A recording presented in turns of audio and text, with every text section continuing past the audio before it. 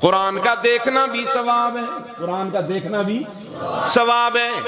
اور پانچویں چیز زمزم کے پانی کا دیکھنا ثواب ہے، کیونکہ زمزم کا پانی جنت کے پانی سے اعلیٰ۔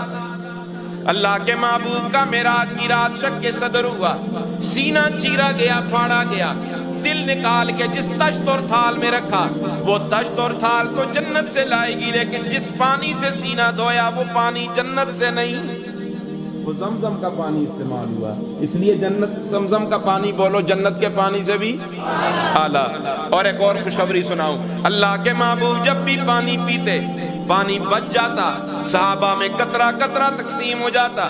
ایک دن پانی بچا، اللہ کے محبوب نے اپنا لعاب دہن اس میں ڈالا، فرمایا میرے صحابہ آج تم نے نہیں پینا، جاؤ زمزم کے کنویں میں ڈال دو، تم تو پی لیتے ہو، میری باقی امت کا کیا بنے گا؟ فرمایا قیامت کی صبح تک میری امت کے لوگ آئیں گے، جہاں زمزم کا پانی پیئیں گے میرے منہ کا لگا ہوا بھی پانی انہیں ملتا رہے گا۔ تو قرآن کا دیکھنا کیا ہے؟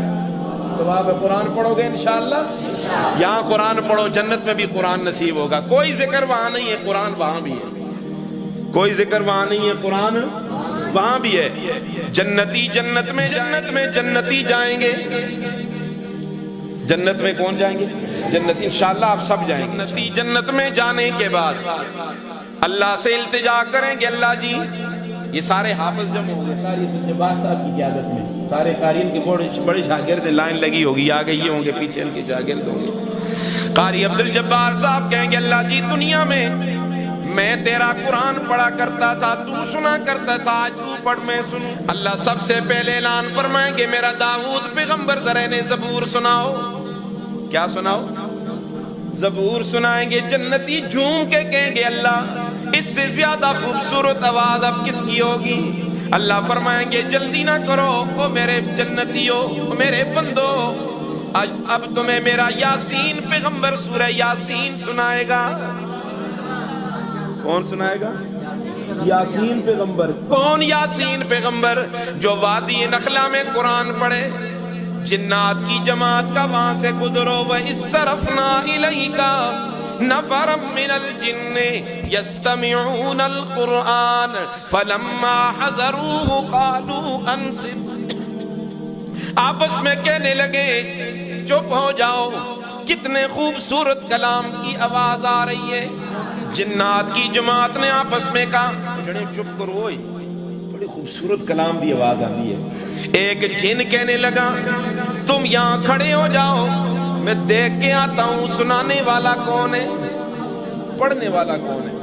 یہ تو ہم ویسے آواز سن رہے ہیں، آواز تو آ رہی ہے لیکن چہرہ نظر وادی نخلا میں پہنچ کے جب دیکھتا ہے آمنہ کے لال اللہ کا قرآن پڑھ رہے ہیں، واپس جا کر کہنے لگا او جنات کی جماعت، کلام بھی خوبصورت، پڑھنے والا بھی خوبصورت، کلام بھی خوبصورت، پڑھنے والا بھی خوبصورت۔ یہ کوئی عام قاری قرآن نہیں پڑھ رہا، یہ وہ قاری قرآن پڑھ رہا ہے کہ جو اشارہ کرتا ہے چاند کے 2 ٹکڑے ہو جاتے ہیں۔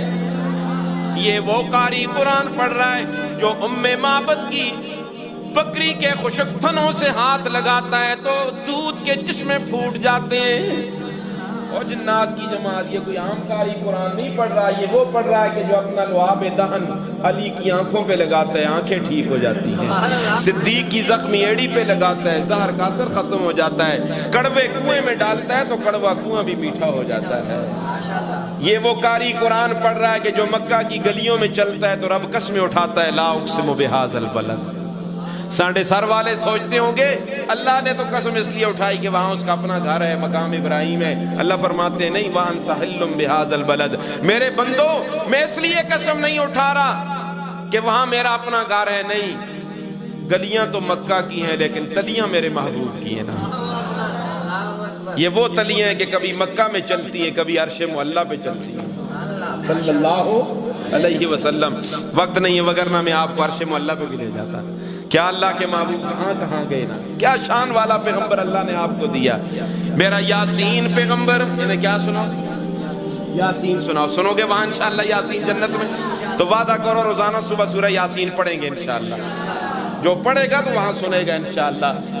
ساڑھے سر والوں اگر آپ کا ذوق مجھے اجازت دے آپ بڑے اچھے لوگ ہیں یار, بڑا پیار کرتے ہیں آپ ہمارے خاندان سے, میرے والد صاحب سے, میرے بابا جی سے آپ کا بڑا پیار ہے, بڑی محبتیں.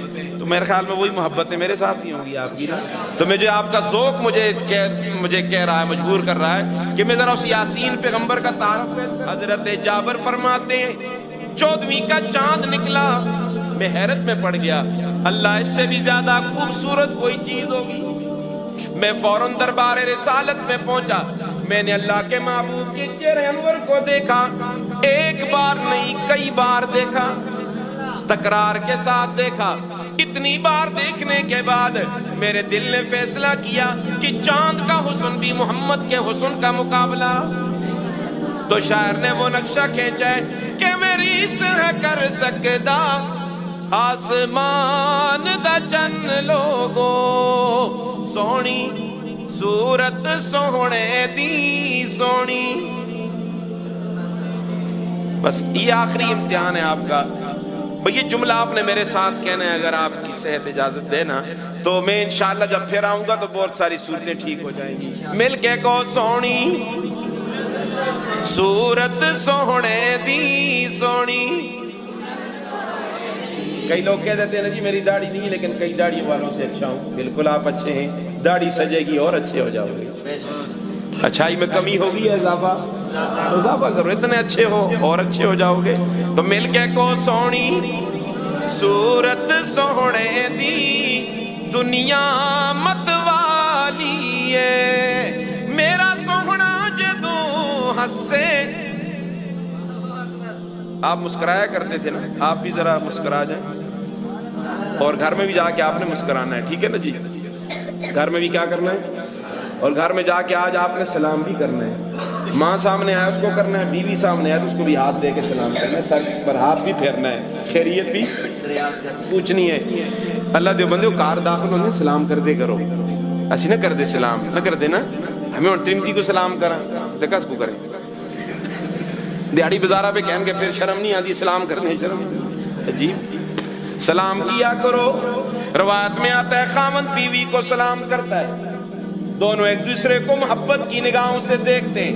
رب بھی دیکھ رہا ہوتا ہے. اللہ فرماتے ہیں فرشتوں دیکھو دیکھو میرا بندہ میری بندی جائز اور حلال طریقے سے اپنے ایک دوسرے سے محبت کا اظہار کر رہے ہیں. ابھی ان کے ہاتھ چھوٹنے نہیں پائیں گے, دونوں کے گناہ معاف کر دوں گا.